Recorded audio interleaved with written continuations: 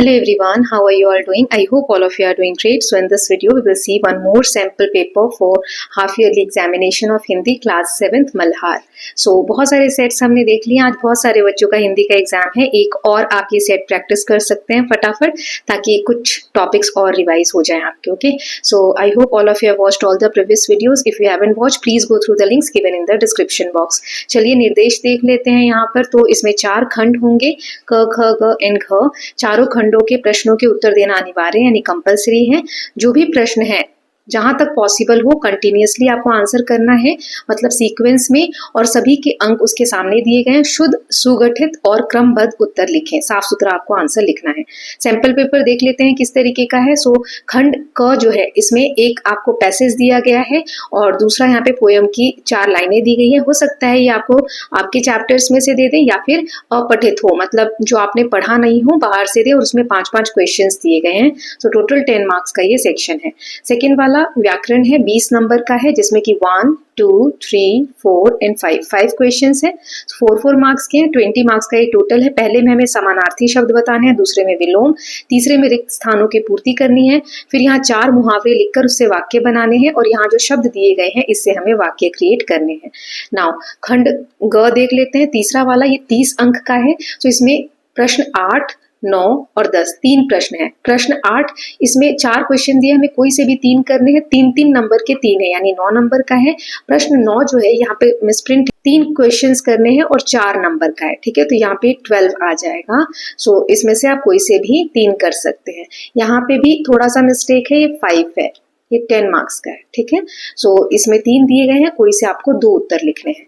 Last वाला है, यहाँ पर हमें खंड में दिया गया है 20 नंबर का. पहला क्वेश्चन है, ये 2 टॉपिक दिए हैं, दोनों में से किसी एक पे हमें 80 से 100 शब्दों का अनुच्छेद लिखना है. दूसरा हमें मित्र को जन्मदिन की शुभकामनाएं देते हुए पत्र लिखना है. और तीसरा इसमें यानी प्रश्न 13 लास्ट प्रश्न दिया हुआ है, मेरा प्रिय त्योहार. इस विषय पर 120 शब्दों में कम से कम आपको एक निबंध लिखना है. ठीक है, सो ये आपका पूरा पेपर है. अब सॉल्व करने का तो टाइम नहीं है, लेकिन जिन बच्चों का बाद में है प्लीज पॉज करके यहाँ पर सॉल्व करें और तब आगे का पेपर देखें कैसे मैंने सॉल्व किया है. ठीक है, चलिए स्टार्ट करते हैं पहले खंड से. यहाँ पर पैसेज दिया गया है, इसको रीड कर लेते हैं. हमारी यह धरती एक बड़ी गुल्लक की तरह है. वर्षा के मौसम में प्रकृति इसमें पानी जमा करती है. यह पानी नदियों, तालाबों और झीलों में पहुंचकर धरती की प्यास बुझाता है. यदि हम इस अमूल्य जल को व्यर्थ बहा देंगे तो भविष्य में हमें कठिनाइयों का सामना करना पड़ेगा. आने वाली पीढ़ियों के लिए हमें जल का संरक्षण करना चाहिए, क्योंकि जल ही जीवन का आधार है. जिस प्रकार हम धन को गुल्लक में बचा कर रखते हैं, उसी प्रकार जल का संग्रह करना भी उतना ही आवश्यक है. सो बहुत इंपॉर्टेंट ये पैराग्राफ है और चैप्टर हमने अच्छे से समझा था. अब इसके 5 क्वेश्चन है, तो एक एक करके आंसर देख लेते हैं. यहाँ पहला प्रश्न है, धरती को किससे तुलना की गई है? धरती की तुलना गुल्लक से की गई है. वर्षा का जल किन किन स्थानों में पहुंचता है? नदियों, तालाबों और झीलों में पहुंचता है. फिर है, यदि हम जल व्यर्थ बहाएंगे तो क्या होगा? यदि हम जल व्यर्थ बहाएंगे तो भविष्य में कठिनाइयों और संकटों का सामना करना पड़ेगा. इस जो पैसेज है, गद्यांश है, इसका एक शीर्षक लिखिए. तो कुछ भी आप लिख सकते हैं. मैंने 2 दिए हैं, धरती की गुल्लक और जल का महत्व. पानी बचाना क्यों आवश्यक है? पानी बचाना आवश्यक है क्योंकि जल ही जीवन का आधार है और इसके बिना जीवन असंभव है. नाउ नेक्स्ट हमें पोयम का पैसेज दिया है, रीड करते हैं. पानी रे पानी तेरा रंग कैसा, जिसमें मिला दो लगे वैसा. अमृत बोला तू अमृत है, विष बोले विष जैसा. तो इसमें एक पैसेज दिया गया है, आपकी बुक से नहीं है, बाहर से लिया गया है. बुक से भी आ सकता है ना, जो भी आपकी पोयम वगैरह है उससे. तो इसके 5 प्रश्न है. कवि पानी के रंग को किससे तुलना कर रहा है? पानी को अमृत कहने का क्या कारण है? पानी को विष किस परिस्थिति में कहा गया है? इस पद्यांश में हमें कौन सी शिक्षा मिलती है? इस कविता के कवि का नाम लिखिए. तो यहाँ पर चलिए देख लेते हैं. कवि पानी के रंग को किससे तुलना करता है? तो वह जिस वस्तु में मिल जाए उसी के जैसा हो जाता है. पानी को अमृत कहने का क्या कारण है? जब पानी जीवनदायी और पवित्र होता है तब उसे अमृत कहा जाता है. बहुत प्यास लगी हो, जीवन मृत्यु का एक सवाल हो कि पानी चाहिए, तो पानी उस वक्त अमृत के समान होता है. पानी को विष किस परिस्थिति में कहते हैं? पानी गंदा या प्रदूषित हो जाता है तब उसे विष कहा जाता है. इस पद्यांश में हमें कौन सी शिक्षा मिलती है? हमें यह शिक्षा मिलती है कि पानी अमूल्य है, इसे शुद्ध और सुरक्षित रखना चाहिए। इस कविता के कवि का नाम लिखिए। अब देखिए जैसे ये आपके बुक से नहीं है तो आपको कवि का नाम पता नहीं होगा, लेकिन मैंने इसलिए दिया है ये क्वेश्चन ताकि आपके 2 या 3 पोएम्स आएंगी है ना हाफ ईयरली में, तो उन सभी पोएम्स के कवियों के नाम याद होने चाहिए। कोई से भी पोएम के कवि के नाम पूछ सकते हैं, तो जैसे इसका अनुपम मिश्र जी है। देन नेक्स्ट अब खंड ग देख लेते हैं, ख देख लेते हैं, सेकंड वाला भाषा ज्ञान व्याकरण। इसमें ये क ख ग घ ये 4 नंबर के इसके समानार्थी शब्द बताने, अग्नि, रात्रि, पृथ्वी और अमृत। यहाँ पर मीठा, आरंभ, लाभ और सुख इनके विलोम शब्द बताने, ये भी 4 नंबर के। तो इसके आंसर्स देख लेते हैं। अग्नि का हो जाएगा पावक, अनल, आग भी लिख सकते हैं। रात्रि का निशा, रजनी, 2 समानार्थी लिखें। पृथ्वी का धरती, वसुंधरा। अमृत का सुधा, सोमरस। अब मीठा का कड़वा, आरंभ का अंत, लाभ का हानि, सुख का दुख। ये यहाँ पर जो भी चीजें दी गई थी विलोम शब्द के लिए वो हमने चारों लिख लिए हैं। नाउ नेक्स्ट क्वेश्चन यहाँ दिया हुआ है, रिक्त स्थानों की पूर्ति करना है। मोहन प्रतिदिन विद्यालय, अब यहाँ क्या आएगा, हमें सत्य के मार्ग पर डैश, सूर्य पूर्व से डैश है, नदी का जल डैश बह रहा है। तो पहले ये देखते हैं, फिर है 4 मुहावरे लिखकर उसके अर्थ उसके वाक्य बनाने हैं हमें। तो चलिए पहले फिल इन द ब्लैंक्स देख लेते हैं। मोहन प्रतिदिन विद्यालय जाता है, यहाँ जाता आ जाएगा। फिर हमें सत्य के मार्ग पर चलना चाहिए, सूर्य पूर्व से उगता है, नदी का जल तेजी से बह रहा है। अब 4 मुहावरे लिखने थे तो आपको याद होने चाहिए, जैसे यहाँ नाक में दम करना, आंखों का तारा होना, हाथ पर हाथ धरे रहना, सिर पर चढ़ना। तो नाक में दम करना मतलब बहुत परेशान कर देना, शरारती बच्चों ने सबकी नाक में दम कर दिया। आंखों का तारा होना, रीमा अपने माता पिता की आंखों का तारा है। हाथ पर हाथ धरे रहना, मुश्किल समय में हाथ पर हाथ धरे रहना ठीक नहीं। सिर पर चढ़ना, बच्चों को ज्यादा सिर पर चढ़ाना उचित नहीं। ठीक ना, नेक्स्ट देख लेते हैं 5वां इसका 7वां सॉरी लास्ट वाला खंड ख का। इससे हमें वाक्य बनाने, स्वास्थ्य, प्रकृति, शिक्षा, त्योहार। चलिए देख लेते हैं। तो आप खुद से भी बना सकते हैं, इसको रटने की जरूरत नहीं है। स्वास्थ्य, स्वास्थ्य ही सबसे बड़ा धन है।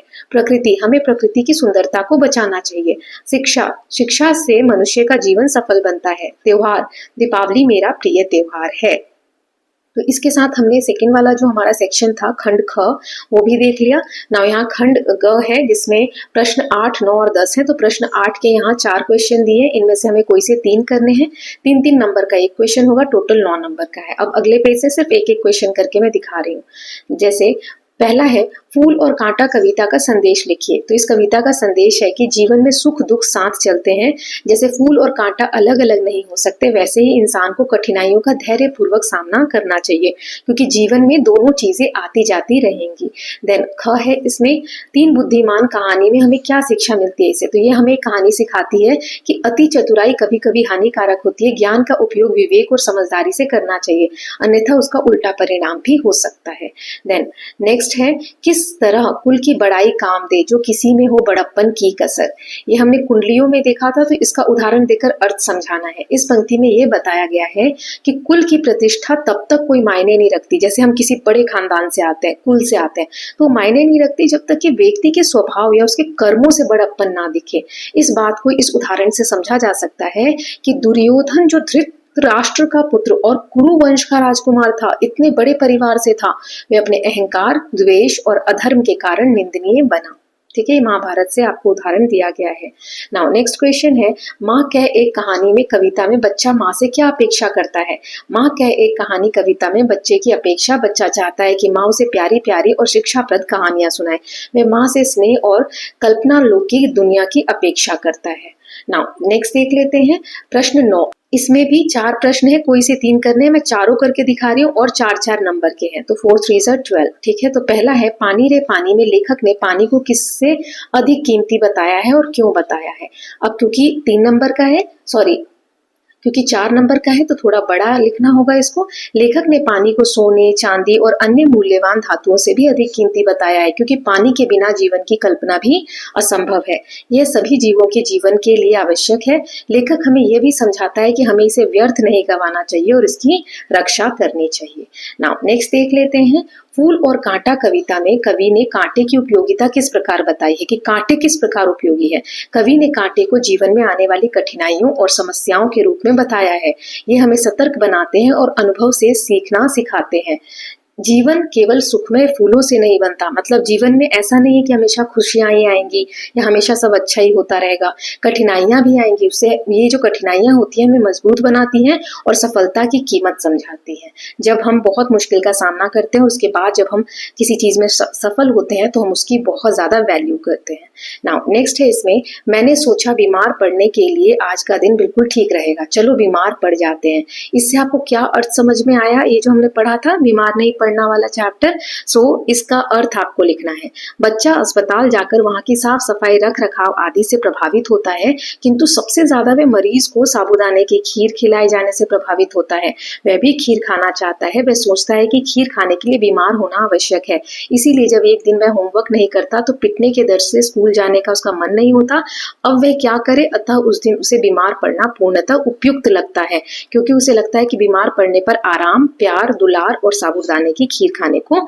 नाउ नेक्स्ट है, ऊंट के स्वामी ने भाइयों पर तुरंत संदेह क्यों किया? आपके विचार में उसे क्या करना चाहिए था जिससे उसे अपना ऊंट मिल जाता? ऊंट के स्वामी ने भाइयों पर तुरंत संदेह किया क्योंकि वे तीनों भाई बिना देखे ऊंट के बारे में बहुत सारी सटीक बातें बता रहे थे। जब व्यक्ति अपना कुछ खो देता है तो वह घबराहट में पूरी बातें जाने बिना जल्दी ही किसी पर संदेह कर लेता है। यही ऊंट के स्वामी ने भी किया। स्वामी यानी जिसका वो ऊंट था, ओनर। हमारे विचार से उसे सीधे आरोप लगाने की बजाय शांत होकर भाइयों से पूछताछ करनी चाहिए थी कि तुम ये सब कैसे जानते हो, क्या तुमने ऊंट को देखा, क्या तुम मेरी मदद कर सकते हो? अगर वह धैर्य और विश्वास के साथ बात करता तो शायद वे भाई उसकी तुरंत मदद करते और उसका ऊंट जल्दी मिल जाता। नाउ प्रश्न 10 देख लेते हैं। इसमें 3 क्वेश्चन है, हमें कोई से 2 करने हैं और 5 नंबर का एक क्वेश्चन है, तो 10 नंबर टोटल है। पहला है, पानी रे पानी पाठ से जल संरक्षण का महत्व स्पष्ट कीजिए। कि जल को संरक्षण करना मतलब जल को बचाना क्यों आवश्यक है, इस पाठ से हमने क्या सीखा वो आपको बताना है। तो चलिए देखते हैं। पानी रे पानी पाठ हमें यह सिखाता है कि जल सबसे मूल्यवान संसाधन है, बिना पानी के जीवन असंभव है। लेखक बताता है कि हमें पानी को व्यर्थ नहीं गंवाना चाहिए और इसे संरक्षित रखना चाहिए। वर्षा जल का संचयन यानी वर्षा जल को बचाना चाहिए।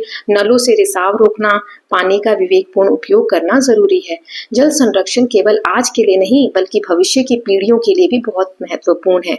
ये हमारी जिम्मेदारी है कि हम पानी की कदर करें। नाउ नेक्स्ट देख लेते हैं। इसमें ख वाला जो क्वेश्चन है ये कि पाठ में से चुनकर कुछ पंक्तियां यहाँ नीचे दी गई हैं, इन्हें ध्यान से पढ़िए और इस पर विचार कीजिए। आपको इनका क्या अर्थ समझ में आया वो आपको बताना है, ठीक है। जैसे बिना विचारे जो करे सो पाछे पछताए, काम बिगाड़े आपनो जग में होत हंसाए। इससे आपको क्या समझ में आता है ये आपको अर्थ बताना है, और क्योंकि 5 नंबर का है तो ये आंसर बड़ा होगा, ठीक है। तो इसका आंसर देख लेते हैं। बिना विचारे जो करे सो पाछे पछताए, काम बिगाड़े आपनो जग में होत हंसाए। तो जो व्यक्ति बिना सोचे समझे कोई काम करता है उसे बाद में पछताना पड़ता है। ऐसा व्यक्ति न केवल अपना काम बिगाड़ लेता है बल्कि समाज के लोगों द्वारा उसका उपहास भी किया जाता है। उपहास यानी मजाक बनाया जाता है। अर्थात जब हम किसी काम को जल्दबाजी में बिना सोच विचार के करते हैं तो उसका परिणाम अक्सर नकारात्मक ही होता है, नेगेटिव होता है।